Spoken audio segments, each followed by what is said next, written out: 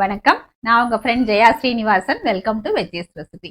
இன்னைக்கு நம்ம veggies recipe கிச்சன்ல இன்ஸ்டன்ட் மசால் வடை அப்படின்னு சொல்லலாம், இன்ஸ்டன்ட் பருப்பு வடை அப்படின்னு சொல்லலாம். மசால் வடை, பருப்பு வடை அப்படிலாம் பண்ணணும் அப்படின்னா பருப்பை ஊற வச்சு அதுக்கப்புறம் அரைச்சி நம்ம பண்ணுவோம். இதுல நமக்கு பருப்பு ஊற வைக்கிற வேலையே கிடையாது.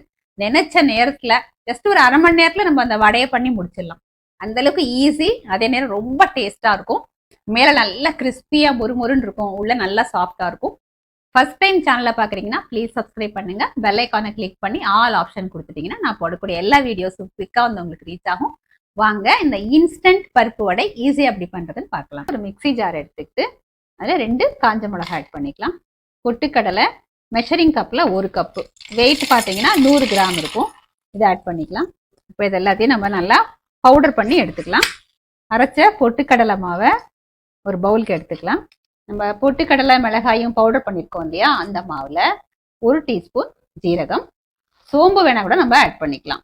நம்ம ஆல்ரெடி மிளகாய் வத்தல் ஆட் பண்ணியிருக்கோம். வாசனைக்காக 1 பச்சை மிளகாய் பொடியாக கட் பண்ணியிருக்கேன், இதுவும் ஆட் பண்ணிடுவோம். கொஞ்சம் கருவேப்பிலை, 1/2 டீஸ்பூன் பெருங்காயத்தூள், 1/4 டீஸ்பூன் மஞ்சத்தூள், 1 இன்ச்சு இஞ்சி தோல் சீவிட்டு நல்லா துருவி வச்சிருக்கேன், இதை ஆட் பண்ணிக்கலாம். வடைக்கு தேவையான அளவு உப்பு ஆட் பண்ணிக்கலாம். மீடியம் சைஸ் கேரட்டு நல்லா தோல் சீவிட்டு ஃபைனாக கிரேட் பண்ணியிருக்கேன், இது இதில் ஆட் பண்ணிடுவோம். கொத்தமல்லி நல்லா பொடியாக கட் பண்ணி இதுவும் ஆட் பண்ணிக்கலாம். 2 டேபிள் ஸ்பூன் ஃப்ரெஷ்ஷாக துருவி வச்சிருக்கிற தேங்காய் துருவல், ஒரு மீடியம் சைஸ் வெங்காயம் பொடியாக கட் பண்ணியிருக்கேன், இதுவும் ஆட் பண்ணிடுவோம். 1 டீஸ்பூன் கசூரி மேத்தி, அதாவது காஞ்ச வெந்தயக்கீரை, இது நல்லா அப்படி உள்ளங்கையில் போட்டு நல்லா கையால் அப்படி க்ரஷ் பண்ணி ஆட் பண்ணோன்னா நல்லா வாசனையாக இருக்கும். இதுக்கு பதிலாக ஃப்ரெஷ்ஷான வெந்தயக்கீரை கூட நம்ம போட்டுக்கலாம், அதுவும் நல்லாயிருக்கும். இது எல்லாத்தையும் நல்லா மிக்ஸ் பண்ணிக்கணும். நல்லா அப்படி க்ரஷ் பண்ணி மிக்ஸ் பண்ணோன்னு வச்சுக்கோங்களேன், இதில் இருக்கிற வாட்டர் கண்டென்ட் அது ஃபுல்லாக வெளியில் வந்துடும். அது மாவில் மிக்ஸ் பண்ணுறதுக்கு நமக்கு ரொம்ப ஈஸியாக இருக்கும். ஏன்னா நம்ம இதில் தண்ணி எதுவும் ஆட் பண்ணவே இல்லை. நான் இன்னைக்கு கேரட் ஆட் பண்ணியிருக்கேன், கொஞ்சம் பார்க்கறதுக்கும் நல்ல கலர்ஃபுல்லாக இருக்கும் அப்படிங்கிறதுக்காக சேர்த்துருக்கேன். கேரட்டுக்கு பதிலாக சௌ, கேபேஜ் இதெல்லாம் கூட போட்டுக்கலாம்.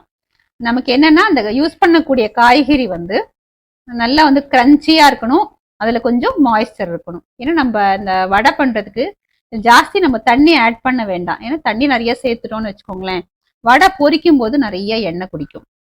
அதே மாதிரி ஃப்ளேவர் டாமினேட் பண்ற மாதிரியான காய்கறியும் சேர்க்க வேண்டாம். இப்போ முள்ளங்கி எல்லாம் சேர்த்தோம் அப்படின்னா கிரன்ச்சியா தான் இருக்கும், நல்லா வாட்டர் கண்டென்ட் இருக்கும். ஆனா அது ஃப்ளேவர் ரொம்ப டாமினேட் பண்ணிடும். முள்ளங்கியோட ஃப்ளேவர் தான் நமக்கு ரொம்ப அதிகமா இருக்கும். இப்போ பீட்ரூட் இருக்கு, அதுவும் நல்லா தான் இருக்கும். ஆனால் கலர் ரொம்ப டார்க் ஆகிடும். நம்ம வடை பொரிச்சு எடுத்தோம் அப்படின்னா நல்லா ப்ரௌன் கலர்ல வந்துடும். அதனால நமக்கு அது பிடிக்கும் அப்படின்னா பீட்ரூட் கூட நம்ம சேர்த்துக்கலாம்.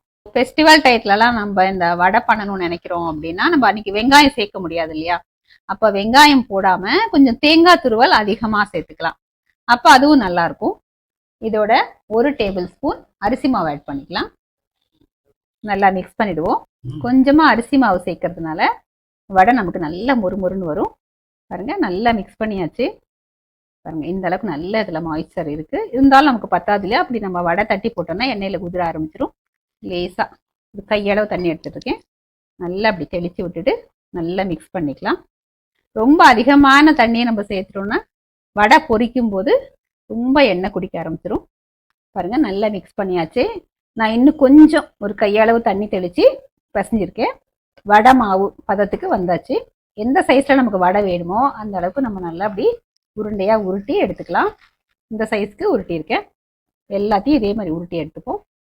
பாருங்க, எல்லா மாவையும் உருட்டி வச்சாச்சு. நம்ம 100 கிராம் பொட்டுக்கடலை எடுத்தோம் இல்லையா, அதுக்கு இந்த சைஸ்ல ஒரு 12 வடை நமக்கு வந்துடும். வாங்க வடையை நம்ம பொரிச்சு எடுத்துடலாம். எண்ணெய் நல்லா சூடாயாச்சு. உருண்டை உருட்டி வச்சிருக்கோம் இல்லையா, அப்படி உள்ளங்கையில வச்சுட்டு இந்த கையால இப்படி ப்ரெஸ் பண்ணி இப்படியே நம்ம எண்ணெயில போட்டுற வேண்டியது. எண்ணெய் மீடியம் ஹீட்ல இருக்கு. இது மாதிரி எல்லாத்தையும் நம்ம பொரிச்சு எடுத்துக்கலாம். உள்ளங்கையில ப்ரெஸ் பண்ணோம்னு வச்சுக்கோங்களேன், சுத்தி மெல்லிசாவும் சென்டர்ல கொஞ்சம் திக்காவும் இருக்கும். பொரிக்கும் போது நல்லா முறுமுறுன்னு வரும். ஒரு 2 நிமிஷம் கழிச்சு நம்ம திருப்பி போட்டுக்கலாம். ஒரு 2 நிமிஷம் ஆயாச்சு, நம்ம திருப்பி போட்டுக்கலாம். பாருங்க, நல்லா அழகா கோல்டன் கலர் வந்துட்டு இருக்கு. பாருங்க, 2 சைடும் நல்லா கோல்டன் கலர் வர்ற வரைக்கும் நம்ம பொரிச்சு எடுத்துக்கணும்.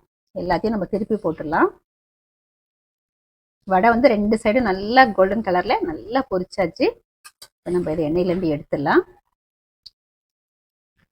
நமக்கு பார்த்தாலே தெரியுது பாருங்க, நல்லா மொறுமொறுன்னு இருக்கு அப்படிங்கிறது. சர்விங் பிளேட்க்கு எடுத்துக்கலாம். எல்லா வடையும் நம்ம பொரிச்சு எடுத்துக்கலாம். இது ரொம்ப சீக்கிரம் ஃப்ரை ஆகிடும். மொத்தமே ஒரு இந்த சைடு ஒரு 2 நிமிஷம், அந்த சைடு ஒரு 2 நிமிஷம், ஒரு 4-5 நிமிஷத்துக்குள்ள நல்லா முறுமுறுன்னு வந்துடும். இன்ஸ்டண்ட்டாக பண்ணக்கூடிய டேஸ்டியான மசால் வடை சர்விங்க்கு ரெடி. வடை பாருங்க எவ்வளோ நல்லா மொறுமொறுன்னு சூப்பராக வந்திருக்கு பாருங்க. வடையை நான் வந்து உடச்சி காமிக்கிறேன் உங்களுக்கு. பாருங்க உள்ள டெக்ஸ்டர் பாருங்களேன் எவ்வளோ நல்லா இருக்கு. மேலே நல்ல ஒரு லேயர் இல்லை மொறுமொறுன்னு இருக்கு. உள்ள பார்த்தீங்கன்னா கொஞ்சம் நல்லா சாஃப்டாக இருக்கு. வாங்க டேஸ்ட் பண்ணி பார்த்துடலாம்.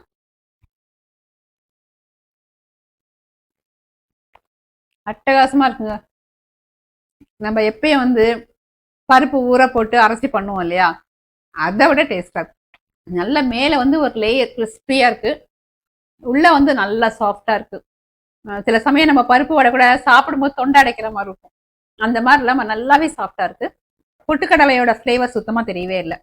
நம்ம பருப்பு வடை பண்ற மாதிரியே இருக்கு, அதோடவே சூப்பரா இருக்கு. வரக்கூடிய ஃபெஸ்டிவல் டைம்ல ரொம்ப டைம் எடுக்காம சிம்பிளா அழகா கிறிஸ்பியா அந்த வடையை பண்ணிடலாம். வெங்காயத்தை மட்டும் நம்ம அவாய்ட் பண்ணிக்கலாம். யாராவது கெஸ்ட் வந்தாலும் டக்குன்னு இந்த வடையை நம்ம பண்ணி சர்வ் பண்ணிடலாம். டீ டைமுக்கு பெஸ்ட் ஸ்நாக் அப்படின்னு நம்ம சொல்ல முடியும். இதே மெத்தட்ல ஈஸியா நல்ல கிறிஸ்பியா இன்ஸ்டண்டா பண்ணக்கூடிய இந்த பருப்பு வடையை நீங்க ப்ரிப்பேர் பண்ணி பாருங்க. எப்படி வந்ததுன்னு கமெண்ட்ல சொல்லுங்க. லைக் பண்ணுங்க, உங்க ஃப்ரெண்ட்ஸ் அண்ட் ஃபேமிலியோட ஷேர் பண்ணுங்க. புது ரெசிபியோட நாளைக்கு நான் உங்களை மீட் பண்றேன். தேங்க்ஸ் ஃபார் வாட்சிங்.